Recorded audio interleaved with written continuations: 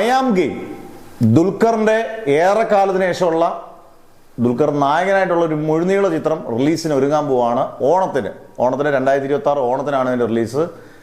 ഏറ്റവും വലിയ പ്രത്യേകത RDXന്റെ സമയം. RDX super mega hit movie ആയിരുന്നു. അതിന്റെ സമയം നഹാസ് ആണ് ഇതിന്റെ സംവിധായകൻ.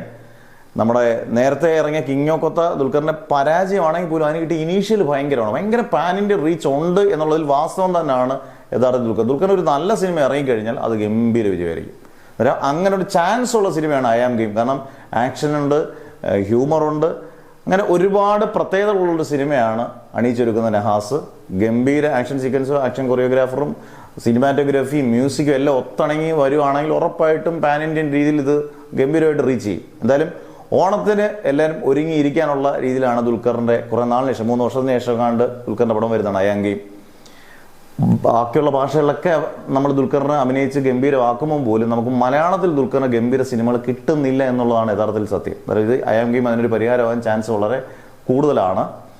എന്തായാലും ഗംഭീര വിജയമാകട്ടെ. അതിന്റെ ഷൂട്ടിങ്ങുകളെല്ലാം ഏകദേശം തീരാറാകുന്നു. അടുത്ത ലാസ്റ്റ് ഷെഡ്യൂൾ അങ്ങാണ്ട് ഹൈദരാബാദ് കൊണ്ട് തീരും. അതിനുശേഷം അതിന്റെ പോസ്റ്റ് പ്രൊഡക്ഷൻ വർക്കുകൾ മാത്രമേ ഉള്ളൂ. പോസ്റ്റ് പ്രൊഡക്ഷൻ വർക്കുകൾ നന്നായിട്ട് ചെയ്യാനുള്ളൊരു സിനിമയാണ്. കാരണം അങ്ങനൊരു ജോണർ വരുന്നൊരു സിനിമയോടാണ്.